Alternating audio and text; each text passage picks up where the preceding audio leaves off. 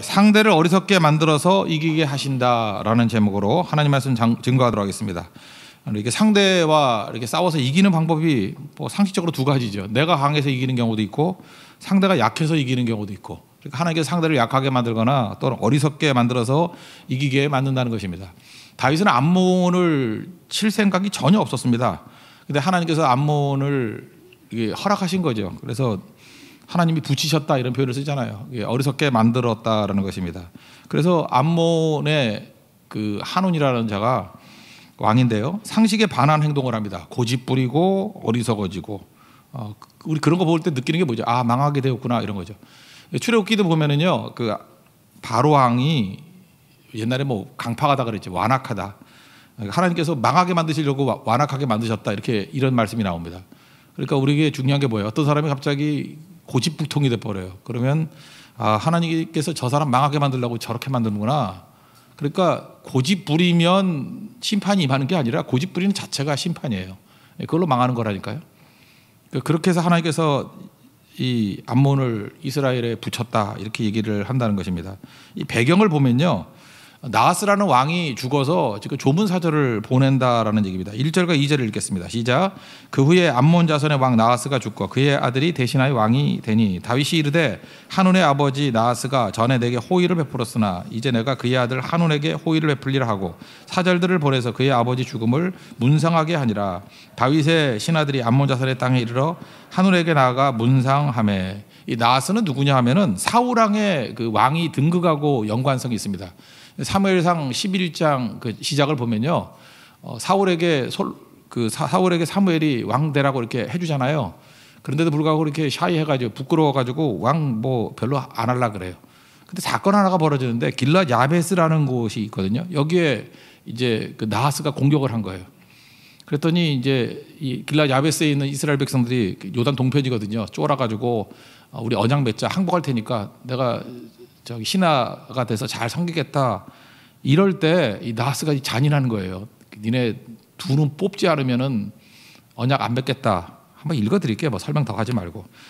사무엘상 11장 1절인데 암몬 사람 나하스가 올라와서 길랏 야베스에 맞서 진을 치매 야베스 모든 사람들이 나하스에게 이르되 우리와 언약하자. 그리하면 우리가 너를 섬기리라 하나. 암몬 사람 나하스가 그들에게 이르되 너희 오른 눈을 다 빼어 너희와 빼야 너희와 언약하리라. 내가 온 이스라엘을 이같이 모욕하리라. 그러니까 이 집은요, 그 아버지부터 아들까지 남 모욕하는 천재들이에요, 그죠? 그러니까 모욕하리라. 두 눈 뽑으면 언약 맺겠다. 그럴 수 없잖아요. 그러니까 길랏 야베스 사람들이 누가 우리를 구원해 주랴 이럴 때 사울이 딱 등장해가지고 그들을 멸해버려요, 이겨버려요, 그 전쟁에서. 그래서 이것 때문에 스타가 돼가지고 사울이 왕이 되게 되는 케이스거든요. 그러니까 사울에게 있어서 최고 원수 누구예요? 나하스예요. 성경에는 나하스하고 다윗이 어떻게 친했는지 설명은 없어요. 없는데 추정컨대 적의 적은 친구죠. 그러니까 사울이 다윗 막 죽이려 그러니까 나하스도 다윗에 대해서 호의적인 감정을 베풀었는가 봐요. 그래서 그 성경에 나와 있지는 않지만 둘이 친했던 것 같아요. 근데 그 나하스가 죽으니까 아들에게 내가 호의를 베풀리라. 그래서 조문 사절을 보냈다. 뭐 그런 얘기입니다. 이제 방법은 아시겠죠. 근데 하나님께서 이 멍청한 아들 한온이거든요. 한온. 그 승리하게 만드시려고 어리석게 만들었다는 거예요. 그러니까 우리도 마찬가지입니다. 어떤 그 싸움을 벌일 때 자꾸만 나한테만 집중하지 마세요. 내가 뭐 더 힘들었고 내가 더 똑똑해져야 되고 내가 능력이 있어야 되고 반드시 그런 것만은 아니고요. 나는 별로 변함이 없는데도 불구하고 하나님께서 대적을 멍청하게 만들어 버린다니까요. 그래서 우리는 몰라요. 얼떨결에 승리하게 되는 경우도 되게 많다는 것입니다. 그러니까 우리는 뭐예요? 그 예배, 기도, 선교하면서 하나님께만 붙들려 있으면은 그냥 알아서 약해질 때는 약해지고요. 알아서 어리석어질 사람은 어리석어지고 우리는 이유도 몰라요. 저 사람한테 왜 저 바보짓 하지? 그렇게 만들어버린다 이거 하나님이. 그래서 이기게 된다는 것입니다. 그래서 항상 우리 주께만 매달려 있는 믿음의 종 되길 바랍니다. 이 한온이 어리석은 거 이 세 가지 정도로 한번 살펴보겠습니다. 얼마나 어리석었냐? 첫 번째 어리석은 건 뭐냐면 멍청한 측근의 이야기를 들었다라는 거예요. 그러니까 분별력이 없는 거죠. 뭐 여러 가지 조언을 할 거 아니에요, 측근들이. 근데 꼭 망할 얘기만 듣는 거예요. 측근이라는 게 뭐예요? 유유상종 그러잖아요. 자기가 비슷한 사람끼리 만나는 거 아닙니까? 그래서 여러분들이 조언을 들을 때는 좀 반대쪽 얘기를 들어야 되는데 맨날 자기 측근 얘기만 들으면 유유상종이니까 측근 얘기는 내 얘기예요. 그러니까 사실 상의 안 하는 거나 똑같은 거라고요. 그냥 망하는 거죠. 링컨이 왜 위대하죠? 링컨은 자기 정적을 국방장관으로 세웠죠. 스탠턴이라고. 스탠턴이 뭐 어려서부터 굉장히 정적이었고요. 그런 얘기 들어봤잖아요. 뭐 링컨이 수영 기른 이유 중에 하나가 원숭이 같다고. 그 원숭이 같다고 놀렸던 게 스탠턴이거든요. 그러니까 링컨에게 있어서 가슴 아픈 얘기를 제일 많이 했던 사람이에요. 정적이고. 근데 스탠턴을 국방장관으로 세워요. 이게 링컨의 위대성에 대한 얘기 중에 가장 중요한 얘기 중에 하나 아니에요. 다윗은요, 요압이 마음에 안 들었어요. 그럼에도 불구하고 죽을 때까지 요압을 장군으로 쓰잖아요. 그러니까 반대편을 품을 줄 아는 거예요. 그게 다윗의 능력인데, 이 한온이라는 사람은 어리석어 가지고 측근밖에 모르는 거예요. 측근의 그 망할 조언을 듣다가 망할 조언이니까 망했죠. 3절 한번 읽겠습니다. 시작. 암몬 자손의 방백들이 한온에게 말하되 왕은 다윗의 조문사절을 보낸 것이 왕의 부친을 존경함인 줄로 여기시나이까. 그의 신하들이 왕에게 나온 것은 이 땅을 엿보고 정탐하여 전복시키고자 함이 아니니까 하느니라. 이게 존경 아니고 이거 정탐하러 왔다, 전복시키려고 왔다, 뭐 이런 식의 얘기를 했다라는 거예요. 그러니까 이게 멍청한 거죠. 이런 얘기를 들으면 안 되죠. 이건 그냥 그렇다 할지라도 그냥 뭐 그러냐 하고 조문사절 보내면 되는 건데 이 얘기를 고지고대로 믿는 거죠. 그래서 결국 무너지게 됐다는 것입니다. 두 날개죠. 두 날개. 새가 날아가고 두 날개 날아이잖아요. 한쪽만 부으면은 날개가 하나면 어떻게 되죠? 제자리 뱅뱅 도는 거예요. 제자리 뱅뱅. 그래서 지도자가 이렇게 한쪽만 품고 있으면요, 이게 참 어리석어도 이런 어리석은 게 없고 그 나라 망해요. 제자리 뱅뱅 돈다니까요. 두 날개로 날아야 되는데 한쪽만 품으니까. 여러분 그런 거 아십니까? 작은 그릇은 큰 그릇을 못 품어요. 근데 큰 그릇이 돼야 작은 그릇을 품을 수 있어요. 이거 뭐 비슷한 게 뭔가 했더니 마트로시카라 그래서 그 러시아 인형 아시죠? 한 번도 안 받아보셨어요. 이렇게 뭐 뚜껑을 딱 열면은 또 나오고 또 열면 또 나오고 또 나오고 마트로시카라 그러는데 러시아 인형. 그런 그릇도 중국까지 팔더라고. 대만 가니까 빼면 또 나오고 또 나오고 또 나오고. 근데 원리가 뭐예요? 큰 그릇이 작은 그릇 품는 거죠. 큰 그릇이 계속 작은 그릇 품고 또 품고 그래서 뭐 한 10개쯤 빼는 거 있어요. 그죠? 그러니까 무슨 개념인지 아시겠죠? 그거라고요. 큰 그릇 돼야 품을 수 있는 거예요. 근데 지도자가 작은 그릇이 되놓으면요, 자기보다 큰 그릇은 못 품어요. 그러니까 사실은 이게 물러나야죠. 이건. 그러지 않으면 이게 답이 없는 거죠. 근데 한울이라는 자를 하나님께서 어렵게 만들어서 작은 그릇 되게 만든 거예요. 믿음이란 게 뭐냐면 그릇이 커지는 거예요. 그릇이 커지는 거. 다윗 보세요. 다 품잖아요. 그러니까 사실은 주변에 내가 다른 사람들에게 도움을 준다, 내가 다른 사람들에게 유익을 준다 그럴 때 넓어지십시오.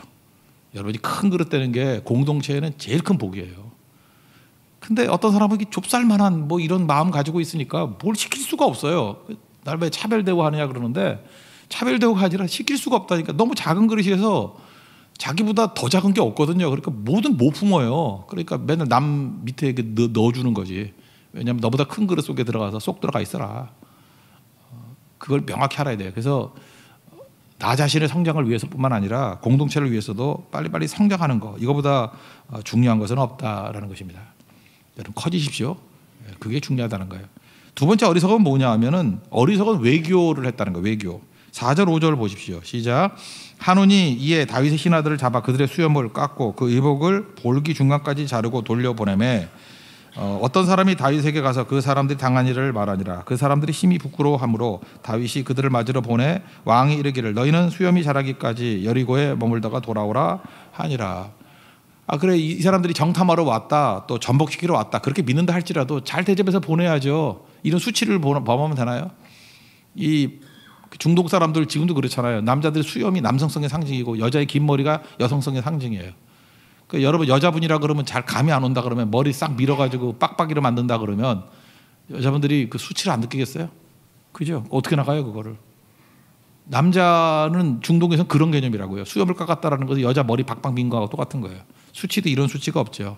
다윗은 어떻게 합니까? 그들을 여리고에 머물러서 자라기까지 있다가 수치를 면할 때 와라.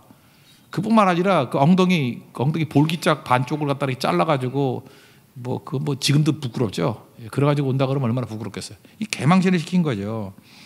이게 왜 그러죠? 왜 이런 식의 일들을 하죠? 망하려고, 죽으려고, 수치를 자극하는 거죠.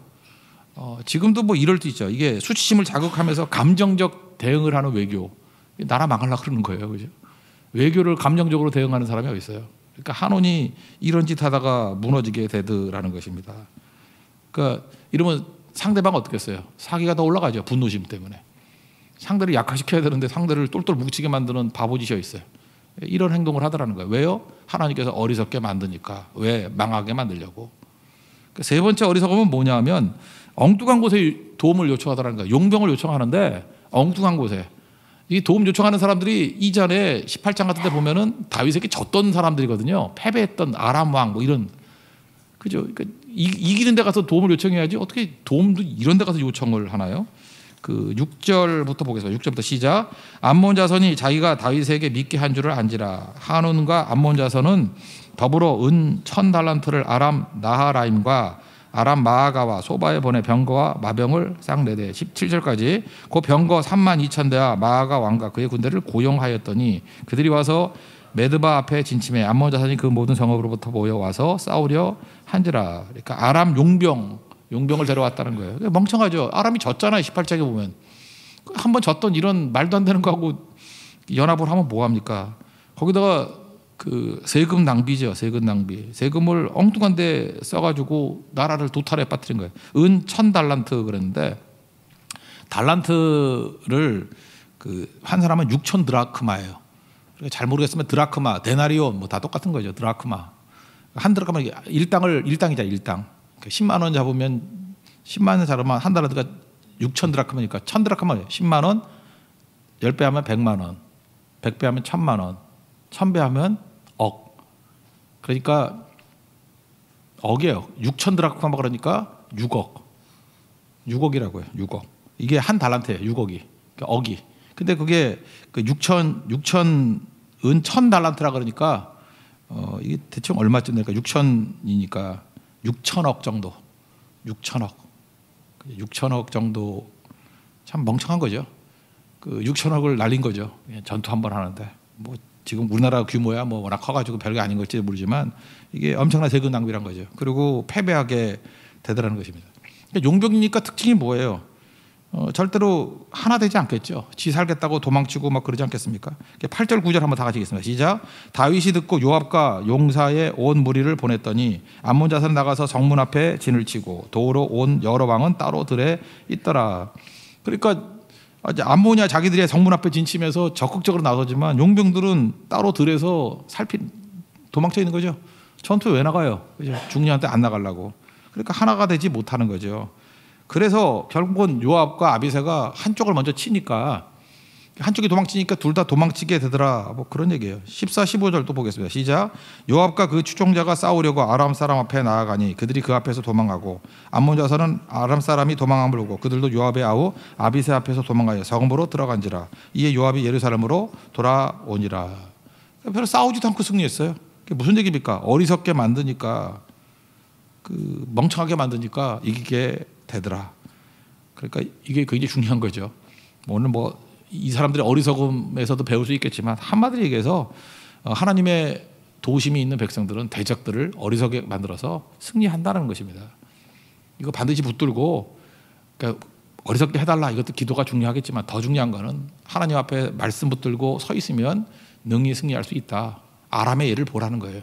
치려고 하는 마음이 없더라도 하나님께서 붙여주시면 그냥 알아서 붙여 승리하게 된다. 이 말씀을 붙들고 항상 우리 예배기도 선교에 집중하는 우리 믿음의 종 되기를 바랍니다. 또 한 가지 메시지는 이거예요. 고난의 의미인데 고난은 기회라는 거예요. 어떤 기회냐면 연합하게 만드는 기회라는 것입니다. 아까도 보세요. 여기 지금 암몬과 아람 연합군은 고난이 왔죠. 한쪽이 어려움 당하니까 서로 도와요 안 도와요? 도망치기 바빠요 둘 다. 그러니까 고난이 왔을 때 이들은 하나가 아니었다라는 것을 증명한 거죠. 반면에 요압과 아비새는 어때요? 한쪽이 쳐서 무너지면 한쪽이 와서 돕겠다. 또 한쪽이 무너지면 한쪽이 와서 돕겠다. 그런 얘기합니다. 10절부터 13절까지 한번 보겠습니다. 시작. 요압이 앞뒤에 친 적진을 보고 이스라엘에게서 뽑은 자 중에서 또 뽑아 아람 사람을 대하여 진을 치고 그 남은 무리는 그의 아우 아비새의 수하에 맡겨 암몬 사람을 대하여 진을 치게 하고 이르되 만일 아람 사람이 나보다 강하면 내가 나를 돕고 만일 암몬 사람이 너보다 강하면 내가 너를 도우리라. 너는 힘을 내라. 우리가 우리 백성과 우리 하나님의 성읍들을 위하여 힘을 내자. 여호와께서 선히 여기시는 대로 행하시기를 원하노라 하고. 그러니까 고난이 주는 게 무슨 의미예요? 진짜 하나 되게 만드는 거예요. 하나 되게. 보통 때는 하나인지 아닌지 모르잖아요. 지금 암몬과 아람의 연합군 보면 하나같이 보이는데 고난 오니까 다 흩어져 버리잖아요. 그런데 반면에 요압과 아비새 물론 형제이기도 하지만 고난 당하니까 가서 도와주잖아요. 능히 이기더라는 거예요. 그러니까 우리도 이런 거예요. 그 리더십이라는 게 하나 되게 만드는 능력 아닙니까? 어떻게 하나 됨을 알 수 있죠? 고난 당할 때 가보면 안다는 거예요. 이거 참 뭐하고 똑같은 거냐 하면요. 이게 성도들도 보면은 이게 참 똑똑한 사람이 있고 어리석은 사람이 있고 막 그래요. 근데 대표적인 게 우리 성도들이 어려움 당한다 그러면 어느 때가 제일 어려움 당할까요? 장례식 뭐 이런 거 아니에요? 장례식 또는 뭐 다른 고난 당할 때. 하여튼 다른 건 모르지만 장례식 갈 때 제일 먼저 가가지고 제일 어려움을 동참하는 사람들이 있어요. 한번 보라고요. 그 사람 항상 성공해요. 젊었을 때도 그거 배운 사람은 성공을 해요. 근데 이게 콩가루 집안이라서 자녀들이 부모도 그걸 할 줄을 모르고 자녀들이 보고 배우니까 그게 뭔지를 몰라. 그러니까 자기 잘 먹고 살 사는 것만 그냥 추구하는 거예요. 그래서 남 어려울 때 찾아보는 걸 몰라요. 돌아보는 걸 몰라. 자기는 어려우면 안 오나? 아무도 안 도와요. 그래서 그냥 한 방에 훅 가버리더라고. 그러니까 중요한 게 고난이 뭐예요? 보통 때 접근하기 힘든 사람도 그냥 아무리 뭐 고관 내자기를 할지라도 고난 당할 때는 외롭잖아요. 다 떠나가 버리니까. 그때 도와주면 연합된다니까. 하나 된다니까요. 이걸 배울 줄 알아야 된다는 것입니다. 이게 지혜죠. 근데 이 지혜를 다 놓쳐버린다는 것입니다. 용병은 뭐예요? 이건 이익 때문에 오는 군대 아니에요. 그러니까 고난 오니까 용병은 다 도망쳐 버리죠. 그러니까 어려워도 용병이 아니라 돕는 자가 올 때 그게 진짜죠. 그러니까 나를 중심으로 본다 그러면 어려울 때 돕는 게 진짜 친구고요. 진짜 힘이고 그때 거기서 그래서 어려움이 있는 거예요. 누가 진짜 내 친구지를 새겨 나가는 거니까. 그래서 항상 고난 중에 인물이 나오는 거예요. 고난 중에 누가 내 옆에 있었나? 누가 고난 중에 뛰어드나? 그게 진짜고 그게 평탄할 때 뭐 이익이 있을 때 오는 것들은 사실은 몰라요. 구분 못 한다고. 그거는 유보해 두십시오. 그게 누군지. 언젠가 또 고난이 오잖아요. 어려움이 오잖아요. 그때 항상 체크해놔야 돼요. 누군지 그때 온 사람이 누군지. 그런 눈을 기를 줄 알아야 된다라는 것입니다. 그러면 능히 승리하죠. 우리 신앙에서도 마찬가지예요. 우리가 예수님 섬기잖아요. 예수님 섬길 때 우리가 고난 중에 이게 동참하게 되면 예수님과 하나가 되는 거예요. 그 주를 위해서 고난 당하는 거. 우리 로마서 6장에 주로 그 얘기가 쭉 나오는데 연합한 자가 되는 거. 6장 5절만 읽어드릴게요. 만약 우리가 그의 죽으심과 같은 모양으로 연합한 자가 되었으면 또한 그의 부활과 같은 모양으로 연합한 자도 되리라. 그러니까 주를 위해서 고난 당하는데 동참하면 하나가 되는 거고 하나 되면 어떤 일이 보죠? 부활이 뭐예요? 승리잖아요. 살아나는 거. 거기도 동참하게 되리라. 뭐 간단한 원리입니다. 그래서 고난에 외면하는 것만큼 바보가 없다라는 거죠.